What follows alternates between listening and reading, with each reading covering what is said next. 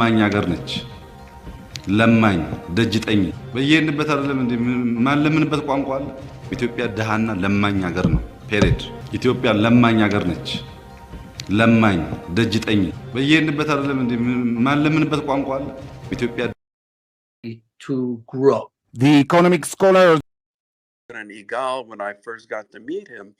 because this was shortly كلها ናይ هجرف دغفت محاورا ميديا I know على تيك توك تاعتي على حدا غزي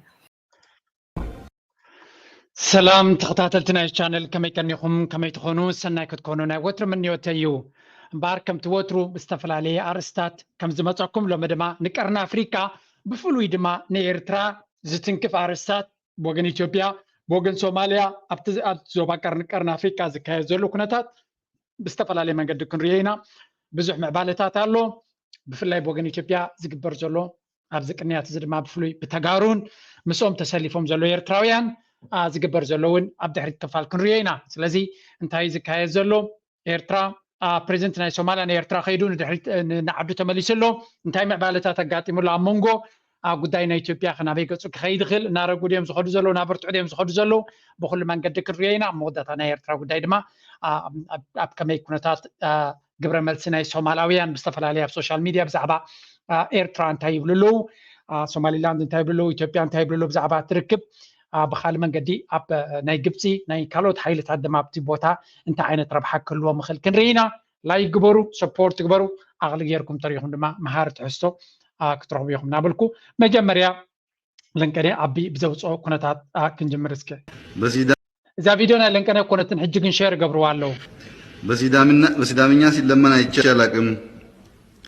በሲዳምኛ ለምን ተጀመረ ያልሽው ምስተት ነው። ኢትዮጵያ ለማኝ ሀገር ነች። لماين دجتني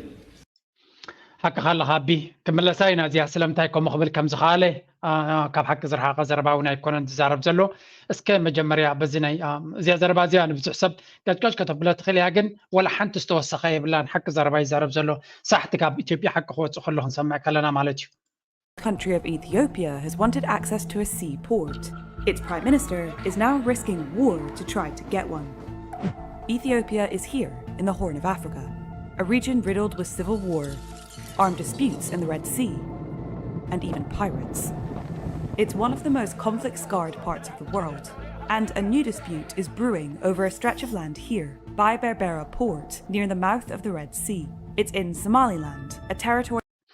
So, the economists is what you had a business magazine where I can say now تكون تذكري وخلوا دما زي إثيوبيا العيلة تزولا طلبنا يفتق بحري أقدر سنوات بزي قدس مزح جزء لو كنت هاتني قيح بحري بمتحا حاس زي ما توساخي نتي زوباتي زي رجوع نتنا security problems زلو نايزات تاقم زلو ابتي جماعم بحري نابزلا على ترزي هذا يبوز خل كنتات مخانو يمز قلت زلو مخنياتو سوماليا مستي بإثيوبيا تقبر زلو تهزبي أزيو برتع زخانة قبر ملتي أبستفل عليه بوتاتات ناي سوماليا دما سلام وسلفي قبر اللو زدما بكل مداي إنها تراي تي حبرة سبني عالم دما الزنا بي قلتوك خير خل كاب جزينا بجزي سكفتانا فطر لهم سلازي خير زلو تقبر ملتناتهم انتاي كون خل دتزو والوي خل تاريخهم الجن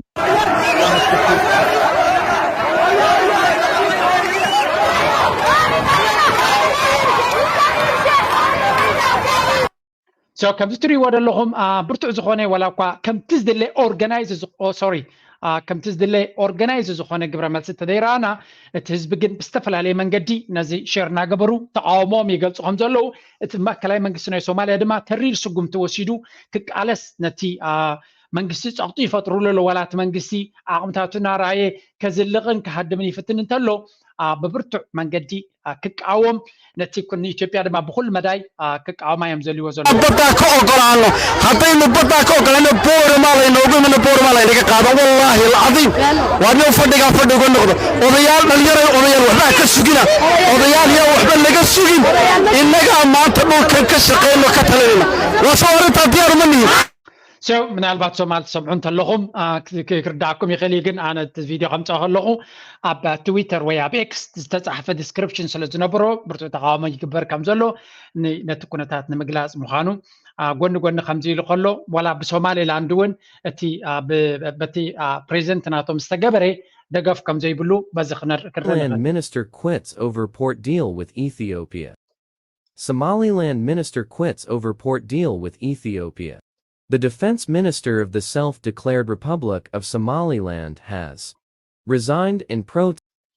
እዚ ትሪእዎ ዘለኹም ወይ ድማ ናይ ሶማሊላንድ ሚኒስትር ምክልኻል ዝነበረ ድሕሪ እቲ ስምምዕ ምስ ኢትዮጵያ ዝተገበረ ካብ ስልጣኑ ባዕሉ ብወለንታ ከም ዝወረደ እቲ ዘውረዶ ምክንያት ድማ እቲ መንግስቲ ወይ ከዓ እቲ ፕሬዚደንት ናይቲ ሃገር ዝፈረሞ ምስ ካቢነ ናቱ ወይ ከዓ ምስ ባይቶ ናቱ ከይተሰማምዐ ኢንፋክት ንሱ እውን ከይተሓበረ በይናዊ ስጉምቲ ብምውሳዱ ንዑ ንምቅዋም ካብ ስልጣኑ ክወርድ ከም ዝኽኣለ ወይ ከዓ ካብ ስልጣኑ ክወርድ ከም ዝመረፀ بدحر مقارجة تقدير لا يتقدر أنا فلتني جن just listen a little test against a deal granting Ethiopia access to a seaport in the breakaway region of Somalia. Abdikhani Mohamud Ati criticized Somaliland President Muse Bihi Abdi for not consulting the Council of Ministers on the port deal with Ethiopia, saying they heard about it from the media. Mr. Ati hails from Somaliland's Adal region, where Ethiopia reportedly wants to set up. So كم تريوا زلهم زي منيستر مكلخال ناي فلاي كابتي أو دال regions بحال زلو بزح جزء تقاومات الرأي زلو بوتايو مسؤاتهم كي تزراربه تي president ناي سوماليلاند عبس قمتي بمفررامو ولا كاب سوماليلاند نتكونتها زي قبلوا بزحاتكم زلوون ولا قاز دقفون تلو زي دقفون نتكونتها بستفل عليه منقدي تقاومات يقلصوا خمزلو بحفشة قال لك كفالنا سوماليا حيتين حد الشيخي مثلا في سوماليا قدوس ويكا هولي وورد بولو زي جهاد بحالا ويجو خمزلو زخونة سومالاوي بزكا على منقدي نيتيوبيا خقعون كمزلو أواجه وتيلو كابت منقسي بلاكم يلغون سلازي حزب سوماليا في السوشيال ميديا بفلاي برتو زخونة تقاومو يزر زلو تي حزب سوماليا تي إثيوبيا زقبرتهم ويكا التاريخ زقات ما بإثيوبيا دما تقصلي لك كم زحجي نقصلهم كم زحرمتهم إثيوبيا ما تقصلي كم بحدش ندحريت كم صوم كم زغالة نتحزب دما حدنا نخفتر نتأجات موزلو بده بخل من قدي تكعو مخمزلو غير ولو مالتي. Up its military base in the coastal town of Lugaya.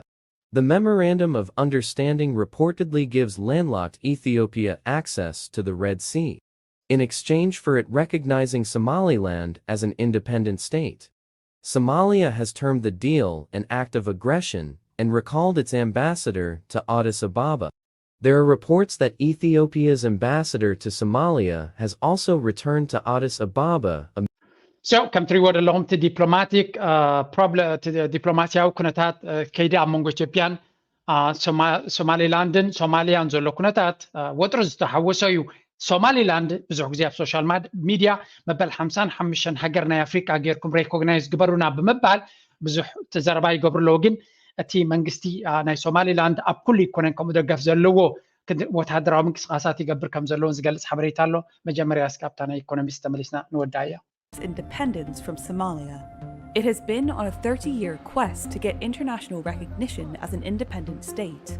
On January 1st, Somaliland signed a deal with Ethiopia, giving it access to the port and land for a naval base.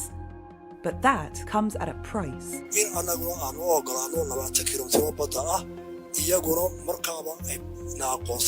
To Somalia, this is a clear violation of its sovereignty.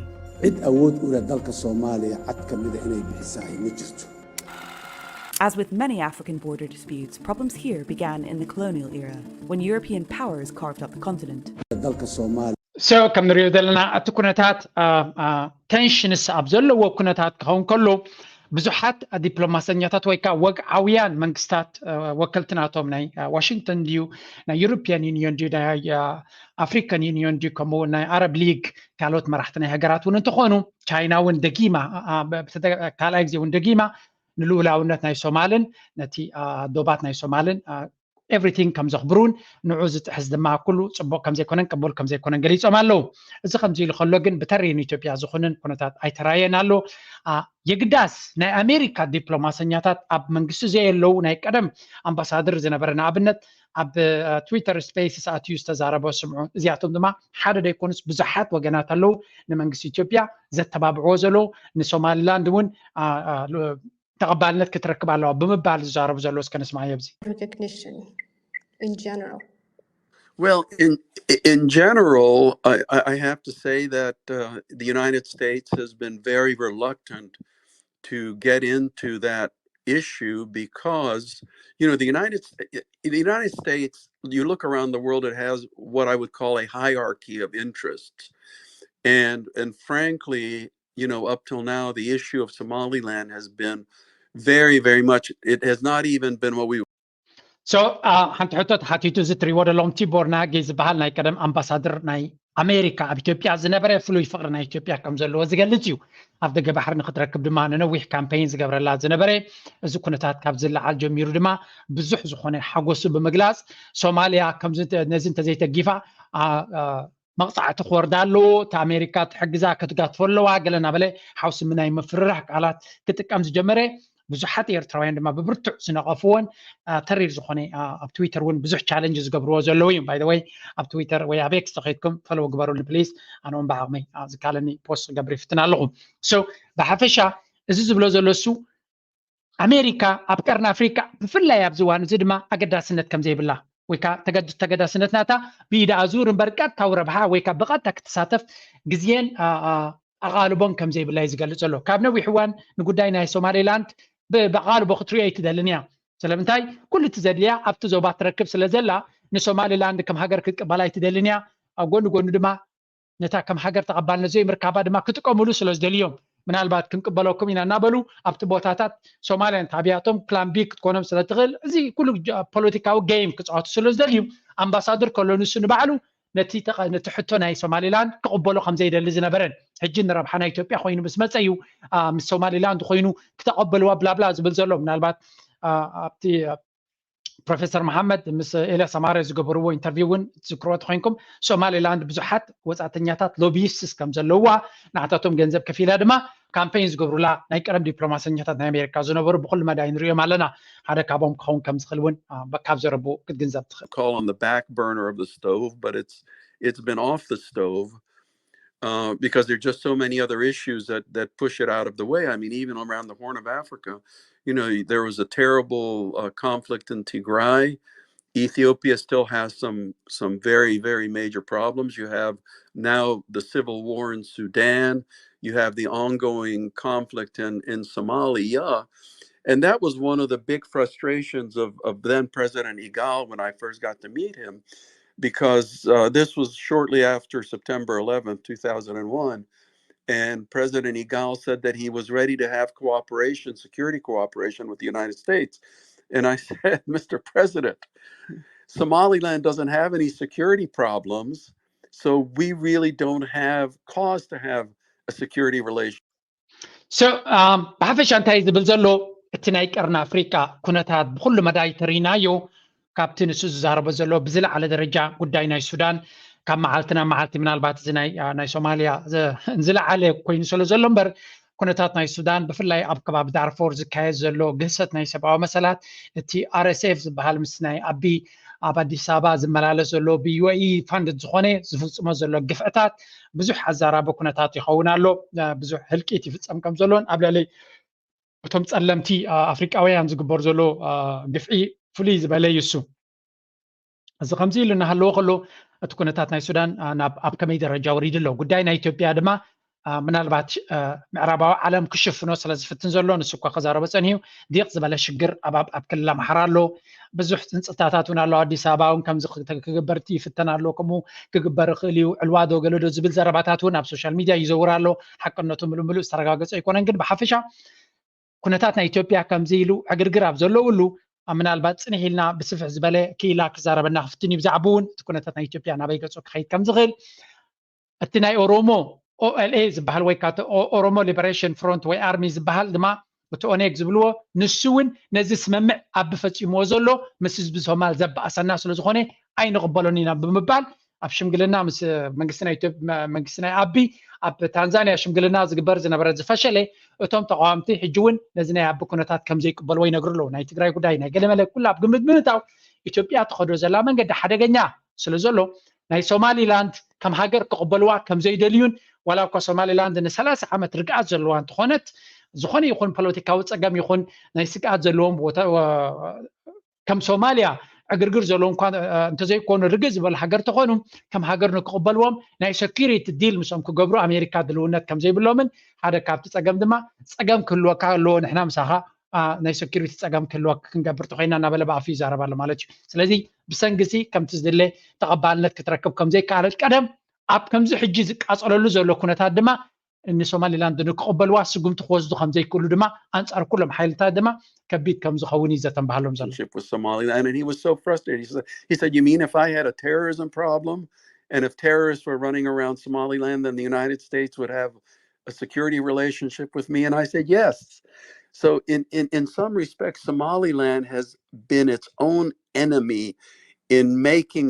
such a good case of standing. እንታይ ዝብሎም ዘሎ ዕግርግር ተፈጢርኩም ወይ ሽግር ተፈጢሩ ጥራዩ ኣሜሪካ ናይ ሴኪሪቲ ዲል ምሳኹም ክትገብር ትኽእል እዩ ዝብሎም ዘሎ ሰላም እንተለኩም ሲ ምትትታዋይ ንገብር ንኣሜሪካ ኢንተረስት ናይ ኣሜሪካ ይትሕልውን ይኹን ዝብሎም ዘሎ ብቃል ብቃለ ማለት እዩ ከምዚ መግናና የድልያን እዩ ሰላም እንተለኩም ኣሜሪካ ቆልዓ ኣይትብለኩም እያ ምክንያቱ ኣብቲ ቀርኒ ኣፍሪካ ዕግርግር ክህሉ ከሎ ይረብሓ ናይ ኣሜሪካ ናይ ሴኪሪቲ ናይ ገለመለ ዘድልዮም ናይ ቢዝነስ ዕላማ ስለ ዘይብሎም ናይ ዕግርግር ክኸውን ከሎ ጥራይና ንሕና ክናቱ ንኽእል ብሎም ኣሎ ቃል ብቃሉ ምናልባት ክምለሳ ኢና ኣብታ ናይ ኢኮኖሚስት ንሸይ ክንከይድ ምድሕሪኡ The British pushed out the Italians during the Second World War, but by the 1960s, all the countries had gained independence. Somaliland unified with Somalia, and the Ethiopian Empire annexed Eritrea. But the borders changed again in the 1990s. After እዚ ከም እዚ ክመስል ከሎ እቲ ኩነታት ታሪክ እዩ ዝምለስ ዘሎ ንዑ እዮም ዲስክራይብ ክገብሩ ዝፍትኑ ዘለዉ ሕጂ ሓንቲ ኣብዚኣ ኢትዮጵያ እቲ ካብቲ ስምምዕ እንታይ ዕላማ ከም ዘለዎም ንኽርዳእና ነዚያ ንስማ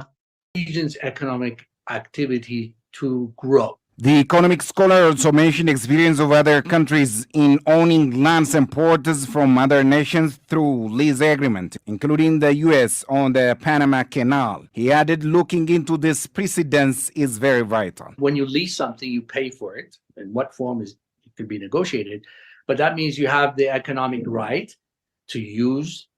what you leased, in this case, the port. And my expectation is that Ethiopia will have the full right to have its ships docked there for its goods to come directly from the port to Ethiopia. Obviously, the transaction will be in the official Ethiopian currency. So እንታይ ዝብሎም ዘሎ እዚኣ ዘረባ እዚኣ ንብዙሓት ሶማሊላንዳውያን ዘቆጥዐት ዘረባ እዩ ዝዝረብ ዘሎ ኣብዚ ብሓፈሻ እቲ ክራይ ክንገብር ከለና እቲ ወደብ ሙሉ ብምሉእ ናትና ጌርና ኢና ክንጥቀመሉ ብናትና ባጤራ ኢና ክንጥቀም ኣብኡ ልክዕ ከም ናትና ኣካል ናይ ሃገርና ክፋል ናይ ሃገርና ክኸውን እዩ ብምባል እቲ ሕልምታት ናቶም ዝኾነ ይኹን ክሳብ ሕጂ ወግዓዊ ተቐባልነት ወይ ከዓ ንሶማሊላንድ ክንቅበለኩም ኢና ወይ እቲ ከም ሃገር ተቐባልነትኩም ከነረጋግፀልኩም ኢና ዝብል ዝኾነ ወግዓዊ መልሲ ይሃቡና ኣለዉ የግዳስ ክጎብጥዎም ከም ዝፍትኑ ኣብዚ ቪድዮ ድማ ብተደጋጋሚ ንሕና ህዝብና ናብ 150 ሚልዮን ክድይብ ናብ 180 ሚልዮን ክድይብ ስለዚ ኣብቲ ገባሕሪ ግድን ክንረክብ ኣለና ይብልዎም ኣለዉ ስለዚ ኣብቲ ገባሕሪ እንድሕሪ ኣትዮም ክገድፍዎም ከም ዘይክእሉን ነቲ ስምምዕ ክጥሕስዎ ከም ዝኽእሉን ዘተንብህ ዓይነት ቋንቋ ብኩሉ መዳይ ስለ ዝሰምዑ ዘለዉ እንታይ ክብሉ ጀሚሮም ኣለዉ ሶማሊላንድ መጀመርያ ናይ ቀንዲ ኣገዳስትን ምሳኹም ስምምዕ ዘግብረና ዘሎ ኣብቲ ገባሕሪ ንቢዝነስ ስለንደልዮ ኣይኮናን እንታይ ዳ ከም ሃገር ተቐባልነት ክንረክብ ክንከላለና ነዚኣ እንተዘይገበርኩም ዲል ዝበሃል ምሳና የለን ብምባል ንሳቱን ሶማሊላንድ ድማ ኣትሪዶም ነታ ተድልዮም ቦታ ብተደጋጋሚ ይገልፅዋ ኣለዉ ንዓዓ ግን ኣቢ ክሳብ ሕጂ መብርሂ ክበላ ኣይደለየን ኣሎ እሳ እንተደይተገይራ ድማ እቲ ስምምዕ ክቕፅል ከም ዘይክእል ድማ ብዛዕባ እዚኣ ብዙሕ ሪኣክሽንስ ኣብ ትዊተር ክወፅእ ርኢና ኣለና ማለት እዩ ሶ ሕጂ ናብ ኤርትራ ንመለስ ፕሬዚደንት ናይ ሶማሊ ናብ ኤርትራ ጌሹ ነይሩ እስከ ንእሽተይ ፀብፃብ ኤርቲቪ ዝሃበቶ ክንሰምዕ ድሕሪኡ ብሶማልያውያን ዝተገብረ ግብረ መልሲ ክንርኢ ኢና ሶማልያ ሓሰን ሼክ መሓሙድ ትማሊ ኣብ ሰዓታት ድሕሪ ቀትሪ ኣስመራ ከም ዝኣተወ ዝዝከር እዩ ምስ ፕሬዚደንት ኢሳያስ ድማ ሰፊሕን ዓሚቑን ዘተ ኣካይዱ መልከት ፀብፃብ ዝዳለወ ትሕዝቶ ይስዕብ ፌደራላዊት ሪፐብሊክ ሶማልያ ሓሰን ሼክ መሓሙድ ናይ ክልተ መዓልቲ ዑደቱ ናብ ኤርትራ ዛዚሙ ሎሚ 9 ጥሪ ንሃገሩ ተመሊሱ ኣሎ ፕሬዚደንት ሼክ መሓሙድ ኣብዘን ኣብ ኤርትራ ዝጸንሐለን ክልተ መዓልትታት ምስ ፕሬዚደንት ኢሳያስ ኣፈወርቂ ኣብ ክልተኣውን ዞባውን ዓለማውን ጉዳያት ብሰፊሑን ብዕምቆትን ተመያይጦም ክልቲኦም መራሕቲ ብክልተኣዊ ምትሕብባርን ምምልላእን ኣብ ውሽጢ ዝሰፍሐ ዞባዊ ምምላእ ኣበርቲዖም ክሰርሑ ኣብ ርእሲ ምስምማዕ ብዝተፈላለየ ተኸታኺ ኣጀንዳታት ናብ ግብረ መልሳዊ ኣካይዳ ከይተደናደኑ ብዓቕልን ሃናጽነትን ክሰርሑ ተረዳዲኦም መንግስቲ ኤርትራ በዚ ሓፂር መግለፂ እዚ ከይተደረተ ንኹሎም ክልተኣውን ዞባውን ኣርእስታት ኣብ ዘይርሑቕ ቀረባ ሰፊሕ መብርታት ክህበሎም ከም ዝኾነ በዚ ኣጋጣሚ እዚ ይሕብር ፕሬዚደንት ሓሰን ሼክ መሓሙድ ብዛዕባ እቲ ናይ ኤርትራ ዑደቱን ምስ ፕሬዚደንት ኢሳያስ ዝገብሮ ዘተና ምልክቱ ንኤሪና ዝሃቦ ሓበሬታ ኣለዎ ሻም ተወልደ ከቕርቦ እዩ frequently visited Eritrea and for us Eritrea is home we came here for briefing his excellency ናብ ኤርትራ ብተደጋጋሚዬ ምብጻሕ ዝፍጽም ንዓና ኤርትራ ካልኣይቲ ሃገርና እያ going on in Somalia where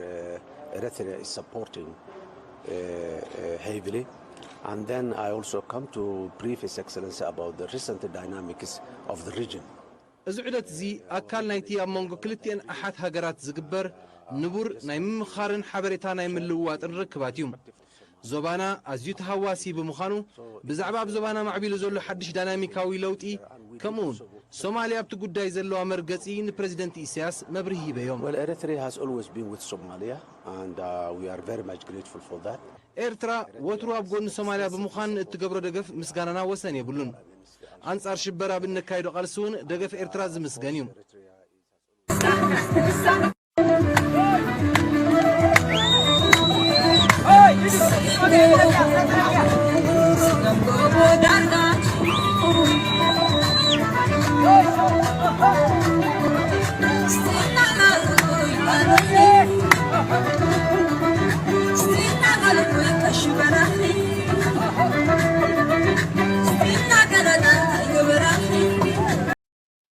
issue.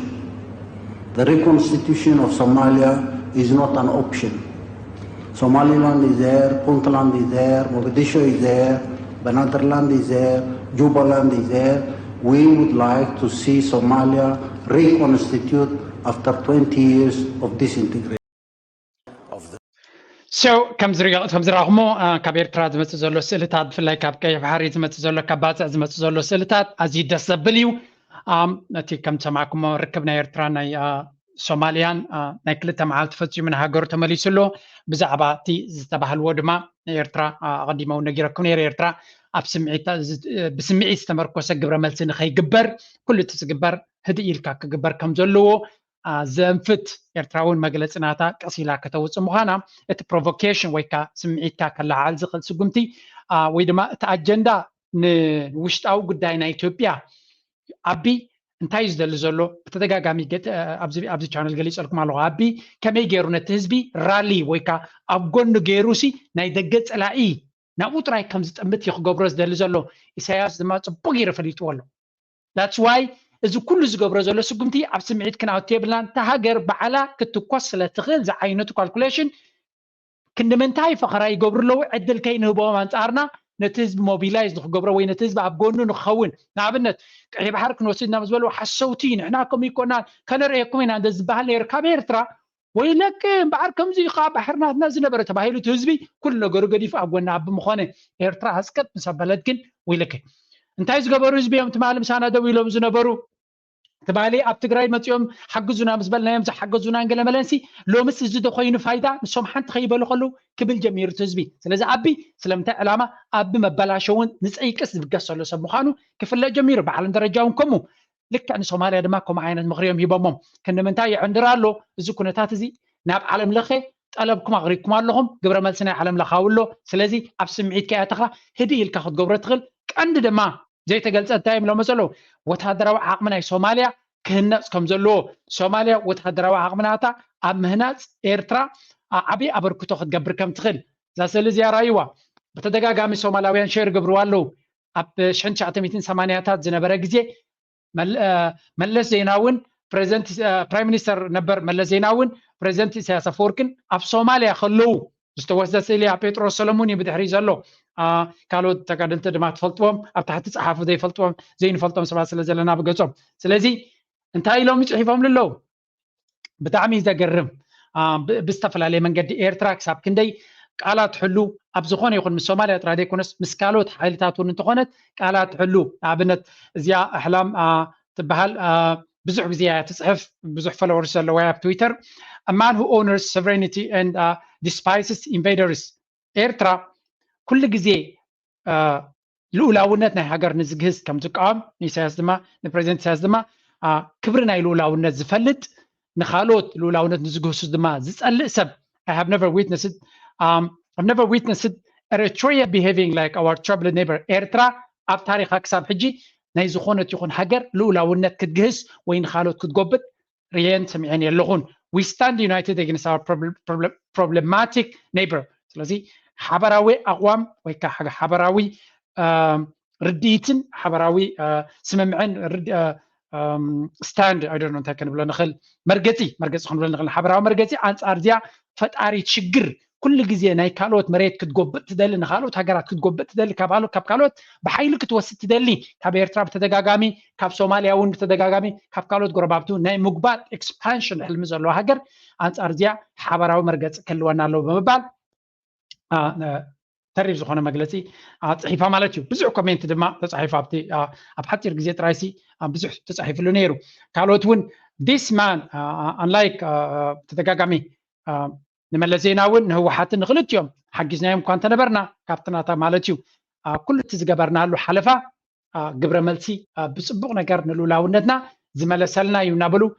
ንፕሬዚደንት ኢሳያስ ዝምጉስ ንኤርትራ ዝምጉስ ኣብ ብዙሕ ግዜ ገይሮም እዚኣ ድማ ታቐንዲ ንብዙሓት ሰባት ተዛርብ ዘላ ንህወሓት ንቲፒኤልኤፍ ከምኡ ንኢፒኤልኤፍ ንኤርትራ ማለት ኢፒኤልኤፍ ንኤርትራ ማለት እዩ ንኽልቲኦም ኣብ ዓድና ተቐቢልና ኣምሂርና ኣብ ዩኒቨርሲቲና ኣብ ከተማና ኣዛዊርና ንሰውራዊ ቃልስናቶም ሓጊዝና ፓስፖርታትና ናትና ሂብና ቃልሶም ንክቕፅሉ ኩሉ ኣተባቢዕናዮም ኢና ይብል ኣሎ እቲ ሓደ መጀመርያ ዘለት እዩ ንመለስ ዜናዊ እቲ ሓደ ኣብ ዓድና ኣትዩ ክንወፆ ከምዘ ብርቱዕ ዝኾነ ሕማም ናይ ምምቕቓል ከም ዝህልወና ንመራሕትና ድማ ዝኾነ ንረብሓ ናይ ሃገር ንኸይገብሩ ጅሆ ብምሓዝ ንድሕሪት ከም ንመለስ ክገብረና ከሎ እቲ ሓደ ድማ ካብቲ ዝወረድናዮ ንክንትንስእ ሙሉእ ብምሉእ ሙሉእ ግብረ መልሲ ናይቲ ኩሉ ዝገበርናዮ እኹል ግብረ መልሲ ወይ ከዓ ፖዚቲቭ ዝኾነ መልሲ ሂቦምና ቴንክ ዩ ኤርትሪያ ትብል ሃሽታግ ገይሮም ድማ ንኤርትራ መጎስ ይብዋ ኣለዉ ስለዚ ኤርትራ ሶማላውያን ኣብዚ እዋን እዚ ልዕሊ ኩሉ ዘመስግንዋ ዘለዎ ሃገር እንተላ ሃገር ኤርትራን ንህዝቢ ኤርትራን ብተደጋጋሚ ከመስግንዎ ይረኣዩ ኣለዉ ኣብ ቀርኒ ኣፍሪካ ድማ ከምዚ ዓይነት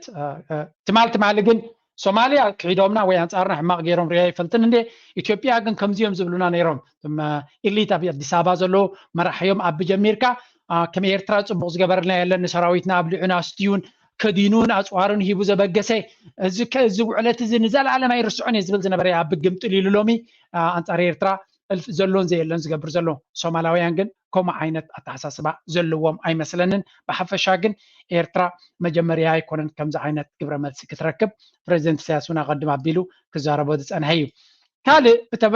ምዚ ብዝተሓሓዝ ዝረአ ዘሎ ኩነታት እንተሎ ነዚ ኣብ መንረ ተመሊስና ክንሪኦ ኢና ኣቢ ባዕሉ ዝበሎ እስከ ስምዑ በሲዳምኛ ሲለመን አይቼ አላቅም በሲዳምኛ መለመን ተጀመረ ያልሽው ስህተት ነው ኢትዮጵያ ለማኝ ሀገር ነች ለማኝ ደጅጠኝ ለማኝ ሀገር ውስጥ እየኖርሽ አሁን ሲዳማ ለምን እንታያለሽ በየሄድንበት አይደለም እንዴ ማን ለምንበት ቋንቋ አለ በየባህሩ ወንድሞችሽ እህቶችሽ እያለቁ በየእስር ቤት እያለቁ ሲዳማ አይለምንም ሲዳማ ማን ነው ለማኝ ነው ኢትዮጵያዊ በአፍሪካ ሀገራት እኮ እስር ቤት ያሉ ሰዎች አሁን እንደሚባለው እኮ አይደለም እዚህ እንደሚቀለደው እኮ አይደለም በ45 ከ40 በላይ ዲግሪ ሴልሺየስ በጣም በሚያቃጥል አንደርግራውንድ የነበሩ እኮ ናቸው ስለዚህ ያንን መጻደቅ በየሰፈራችን እኛ ሀብታም ነን እኛ ከብታለን እኛ ወርቃለን አይሰራም ኢትዮጵያ ደሃና ለማኝ ሀገር ነው ፔሬድ yes በንጹር ዝኾነ መልእኽቲ ኢትዮጵያ ለማኒት ሃገር ምዃና ክንፈልጥ ኣለና እዚ ተሓቂ ማለት ክንምንታይ ነቲ ልመና ከም ዲፕሎማሲ ዶ ገለዶ ኢልካ ክተፀባበቆ ትፍትን ኢትዮጵያ ዝበሃል ሃገር ዳርጋ ዝሓለፈ 56 ዓመት ለማና ሃገር እዩ ኣብ ድማ ጌጋ የብሉን እቲ ዝሕዝን ናይ ብሓቂ ንኣፍሪካ ዝሕዝን ግን ናይ ክፋል መሲልኩም ዘይተገዛእና ሃገር ኢና ክብሉ ክትሰምዖም ከለኻ እዩ ዘይተገዛእት ሃገር ኢትዮጵያ ጥራይ እንድሕር ኮይና እሞ ብልመና ከዓ ትነብር ኮይና እንታይ ዓይነት ስእሊ ብዛዕባ ኣፍሪካ ይሰድድ እዚ ናይ ብሓቂ ዝሕዝነኒ እዩ ዝኾነ ኢትዮጵያዊ ንሕና ዘይተገዛእና ያ ክብለኒ ከሎ تقدم يتسل أبرسي تمت نسخاتكم زي تجزعكم نتسليم توكلون تحرقينكم we are screwed نبي حق زحفري مغنياتو كنداهم زلمن أب أفريقيا أسأل زي اللي كنداهم بالمنا بسقع تنينت زنبر هجر أب أفريقيا يلا كند إثيوبيا نيوز أي حاجة زركب هجر يلا نقطر حادي إثيوبيا نحن يتجزأنا هنا كالو استحن مجزأتي كم زجيروم قليل تخت شفافنا لهم تخليها نيجيريا 5 زخونتكو مجزأتي سلازها سيات تبتغى أي تجزأنا النابل تفكر بتجن تقوم تقول محلتها وكل منزغل كسب كندي تسليم ولا حنت خجبر زي كل ماني يزبلا كايكو سلازي I hope تي ززاربو تصبوا جيرم يسقلوا له خونو زي عجي أبسي دامان إحنا اللي مننا مزبلو تقول باجتنا يمنقصهم بلما يزمت سلازي منقصنا إثيوبيا باجت عمتها وكوتسخلو كندزي مليون يدلينا يكون نزبل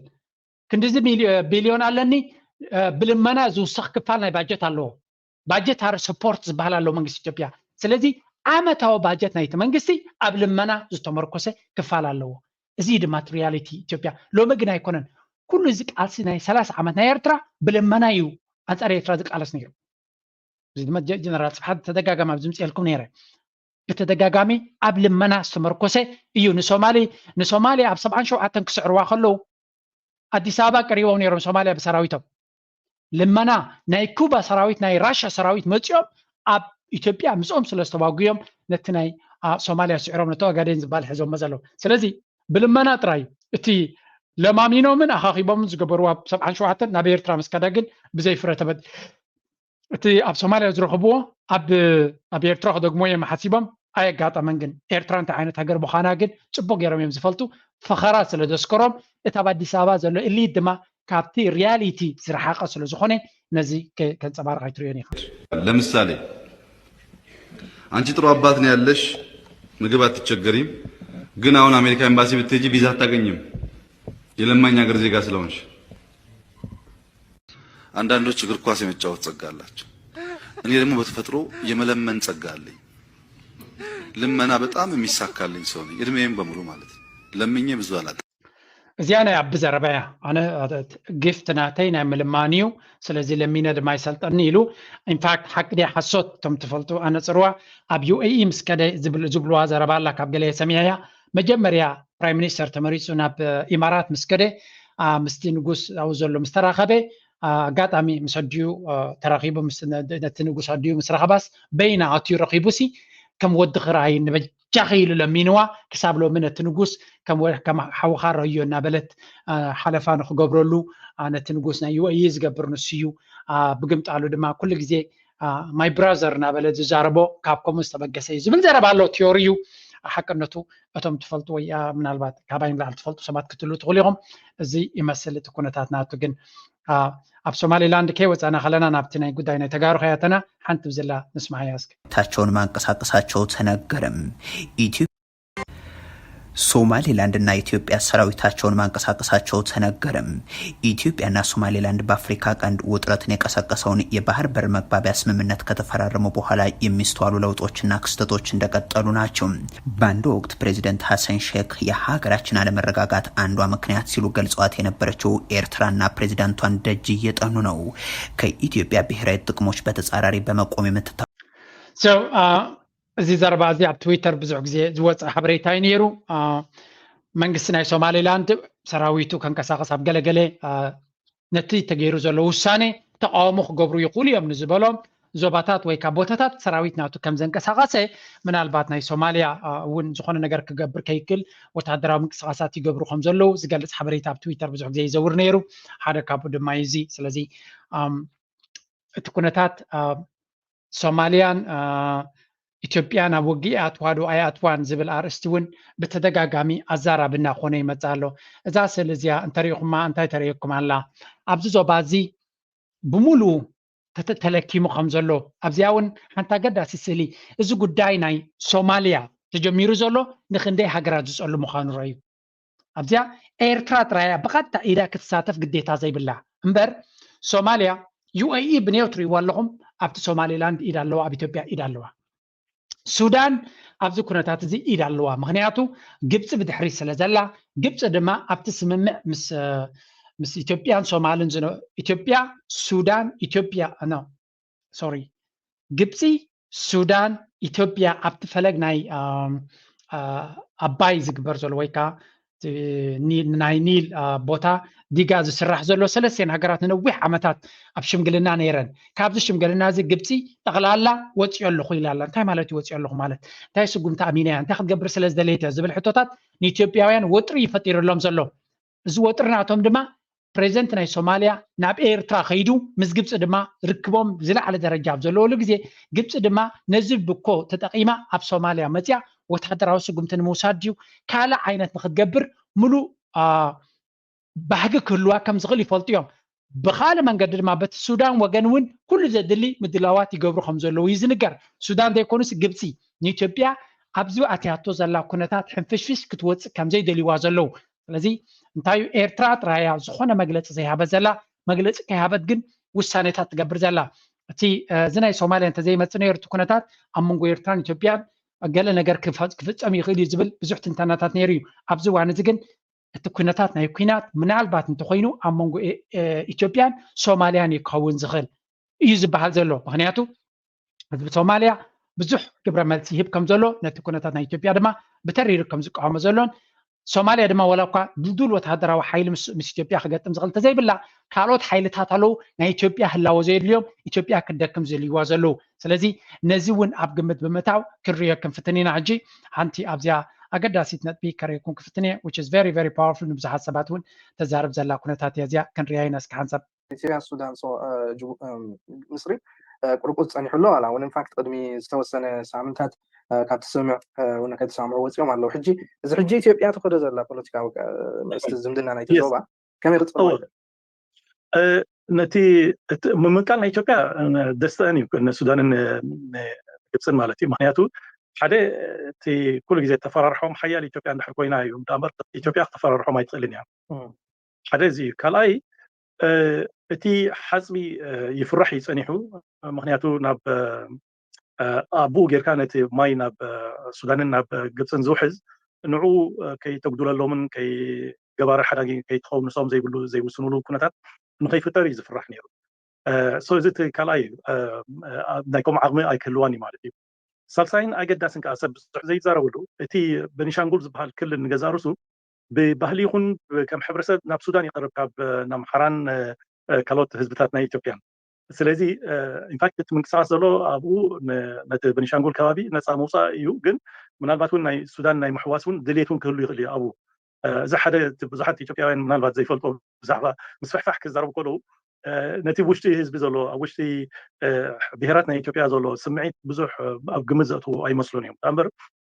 በኒሻንጉል ንሱዳን እዮም ዝቐርቡ ናብ ሱዳን ክኣትዉ ወይ ከዓ ነፃ ክኾኑ ይመፁ ካብ ምስ ኢትዮጵያ ኣብ ታሕቲ ካልኦት ሓይልታት ግዛት ከም ምቕማጥ ስለዚ ነዚ እውን ከበራትዖ ይኽእል እዩ ንከምዚ ዓይነት ሓሳብ ዘቕርብ ሓይሊ ብፍላይ ፍኑ ደገፍ እንድሕር ረኺቡ ሱዳንን ብግብፅን በዘይ ብዙሕ ድኻም ክቆፃፀሮ ይኽእል እዩ ነቲ ከባቢ ስለዚ እዚ ውፅኢታት ክኸውን ዝኽእል እዩ ናይ ኢትዮጵያ ምፍራስ ንካልኦት ምናልባት ፀጋ ክኸውን ይኽእል እዩ ሱዳን ግዛት ጠብዓን ካብ ኢትዮጵያ ዝሓይሽ ኩነታት ኣይኮነን ዘሎ ብጣዕሚ ኣስጋኢ ኩነታት እዩ ዘሎ ናይ ሱዳን ግን ምናልባት ክስግሮ ይኽእሉ ይኾኑ በቲ ዘለዎም ናይ ድልውነት ናይ ምዝታይን ናይ ምፅዋርን ምናልባት ነዚ ዘለዎ ኩነታትን ሓደጋታትን ናይ ምስጋር ዕድላቶም ምናልባት ካብ ናይ ኢትዮጵያ ክሓይሽ ይኽእል ይኸውን ምናልባት ግደ ናይ ኤርትራ እስከ ናብኡ ክመፅእ ንኣብነት ኣብዚ ኩነታት እዚ ናይ ሶማል ናይ ኢትዮጵያ ናይ ሱዳን ኣሎ ብዓብዩ ግን ካብ ናይ ሶማል ጥራሕ ክንጅምር ከምቲ ንፈልጦ ፕሬዚደንት ኢሳያስ ኣፈወርቅን ቀዳማይ ሚኒስትር ኣብይ ኣሕመድን እቲ ካብ 2018 ጀሚሩ ዝነበረ ስምምዓት ካብ ዝሓለፈ ዓመታት ሒዙ ዳርጋ ካብ 2022 ጀሚሩ ዳርጋ ከም ዝሓተለ እዩ ዝዝረብ ብዙሕ ግዜ ስለዚ ምናልባት ከመይ እዩ እቲ ግደ ናይ ኤርትራ ሶማል ዘለዋን ዝምድና ናይ ኤርትራ ምስ ኢትዮጵያ ዘለዋን ነዚ ሕጂ ሓድሽ ተፈጢሩ ዘሎ ኩነታት ከመይ እንታይ ዓይነት ፅልዋ ወይ ግደ ክትፃወት ትኽእል ኤርትራ ዝብል ክንርኢ እንታይ ክትፃወት ትኽእል ናይዚ ምናልባት ሓጋዚ ክኸውን ካብቲ ድሕሪ ናይ ሶማሊላንድን ኢትዮጵያን ስምምዕ ናይ ሶማል ፕሬዚደንት ናብ ፕሬዚደንት አልሲሲን ፕሬዚደንት ኢሳያስ ኣፈወርቅን ካልኦት መራሕትን ዋላ ናይ ፀሓፊ ናይ ኣውሮፓ ሕብረት ገለ ከም ዝደወለ ምሶም ከም ዝተዘራረበ እዩ እቲ ሓበሬታ ዘሎ እሞ ምስ ተኣሲርካ ምዚ ጉዳይ እንታይ ታራ ክህልዋ ይኽእል ኤርትራ ብፍላይ ፕሬዚደንት ኢሳያስ ኣፈወርቂ ድሕሪ ናይ 2022 ዘሎ ኩነታት ኣብ ዝሓሸ ናይ ኣብቲ ከባቢ ዝሓሸ ምንቅስቃሳት ክገብር ፀኒሑ ኣሎ እሞ እንታይ ግደ ክፃወት ይኽእል ከም ፕረዚደንት ሃገር ከም ሃገር ግደ ክህልዋ ይኽእል ኤርትራ ከም ሓንቲ ንእሽተይ ሃገር ግን ስጡም ዝኾነ ህዝቢ ተፃዋዊሩ ክነብር ዘለን ብዙሕ ከዓ ናይ ሕድሕድ ውግእ ዘይተረኽበሉን ዘይተረኣየሉን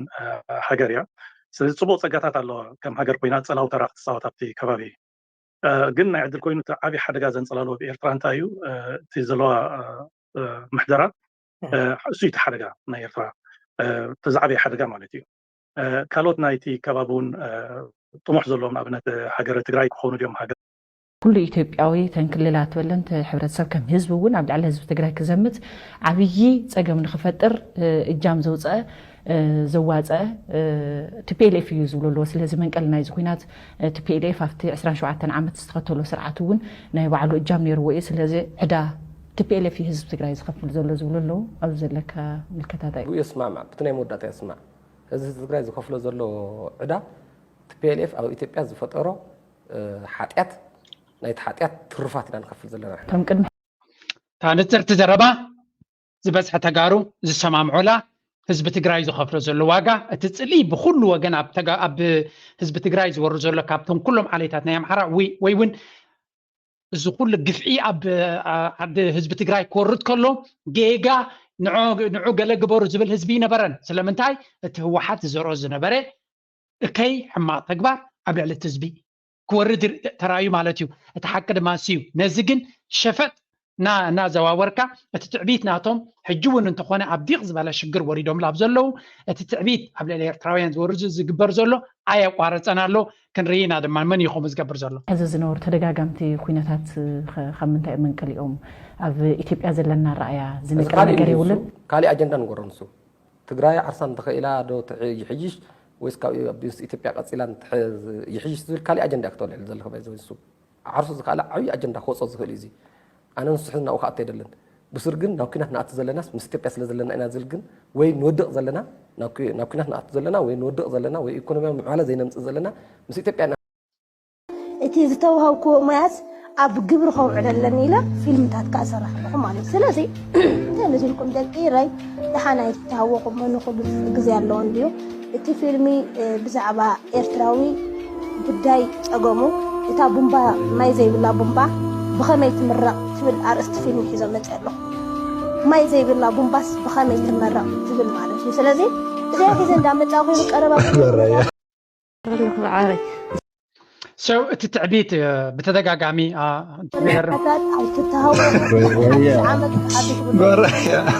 ማይ ዘይብላ ቡምባ ብኸመይ ትምረቕ ዓሳዲ ጎረያ سنتات بلدلا أبي إرترا بمبا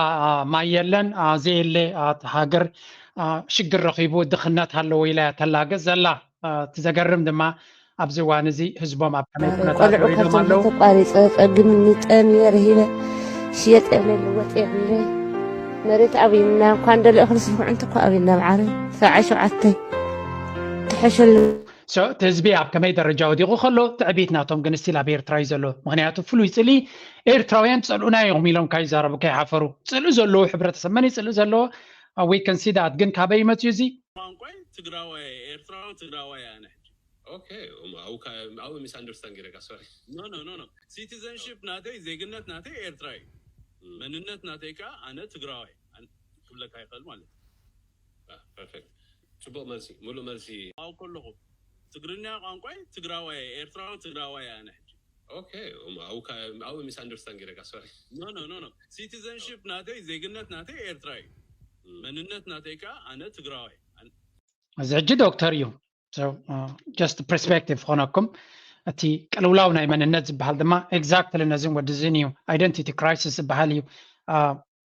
نسو زدلي يقهون خليو تقراوي دي قهون زدلي كالي دي قهون زدلي it's your choices don't sell نزع عينت حتى حساس باقن نفسب كزروه نافقالوت كأتو ويم زدلي مبر بنفسها تليك كون تخليها تقراوي من النت نامرو تخلوغن إيرتراو من النت كل يبلوني لهم سبكيهم زياتهم يمكا فتح قنم سألوا نسبة إيرترا نابولو زارب زلو وري جوك كل الله ناي هجرف دقف تايا تشكر كل الله ناي هجرف دقف تيم محاورة ميديا عينو أب تيك توك تأتيق على حدا جزي أب تقول على اسم أب يتيبون الله كنديز بها ناي هجرف دقف تزنور قالوس أشكر كلهم قاليهم داو خيو يوعلو قاليهم اب إرترا او فاري اي كالن ناب إرترا خيتوفرو انفستمنت يزبحلن ما يلن قاليهم كو سغا حاريد ناسي او تيك توك زرا اخوالا ما انا هو سغات حاريدوس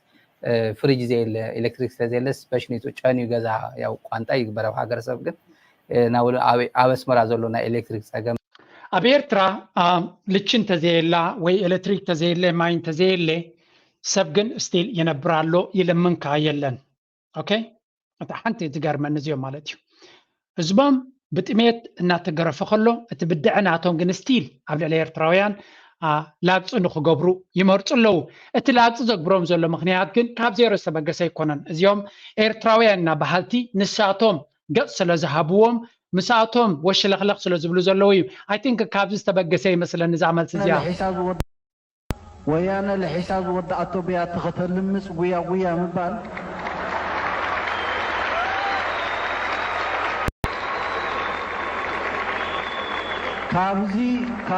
كابزي زخفي وردتنيا من نبابرو سب زي كونه كلبون اي قبولن كابزي مرج أوردت قاليو نزنا والفير هناتات أبيوز الناقبر كان سوس للترخبة نعو أي خم نايزل العالم نولد ولد زترف نجر وسيتكا بس الله والفير استرخبة من نبابرو بقبو كنت تقاملو ننفسخان هزبخان هاجر كان زحقوس نجر كنت تجبر أبكم ز أمسلو المسمس ويا ددحري زتود شحاني طرف مرف خت اخاخد مفتان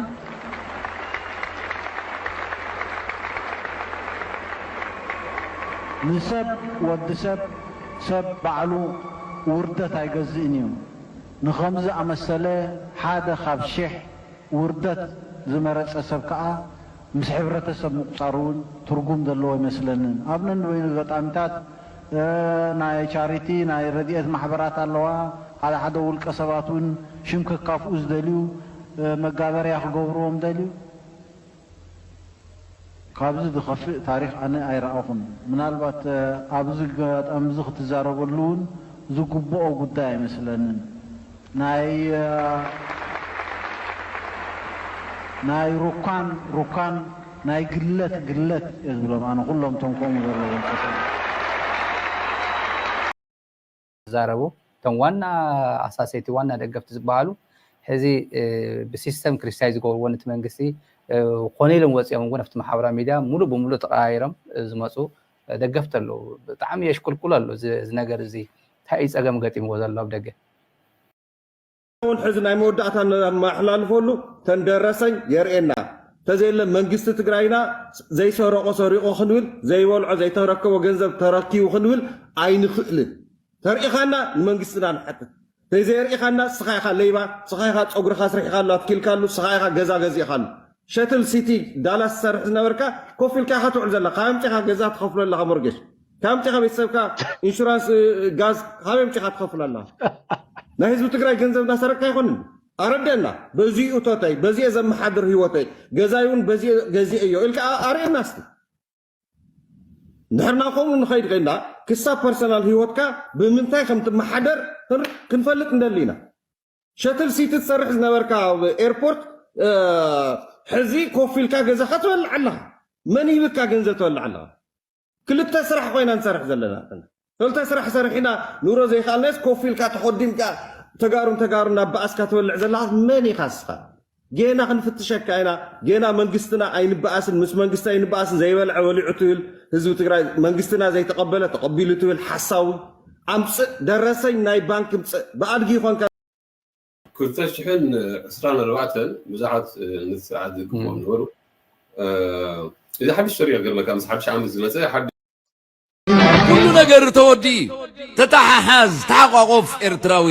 هاجرين تبلكا هجدفبا ناي إذنبا ناي فنشابا ندابلو بجزاء هاجركا خيت حبن بجزاء تاريخكا خيت ماغوت بجزاء سراويتكا خيت قرع نحد حد كامت أممان كتوجدل بركي صرح لوز صنح كي وديت مسقم تقبير له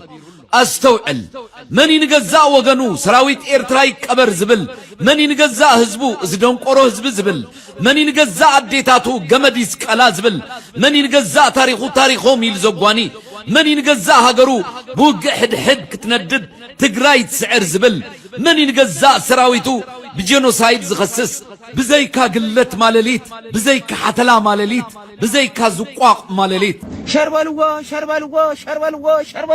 زين رسعيو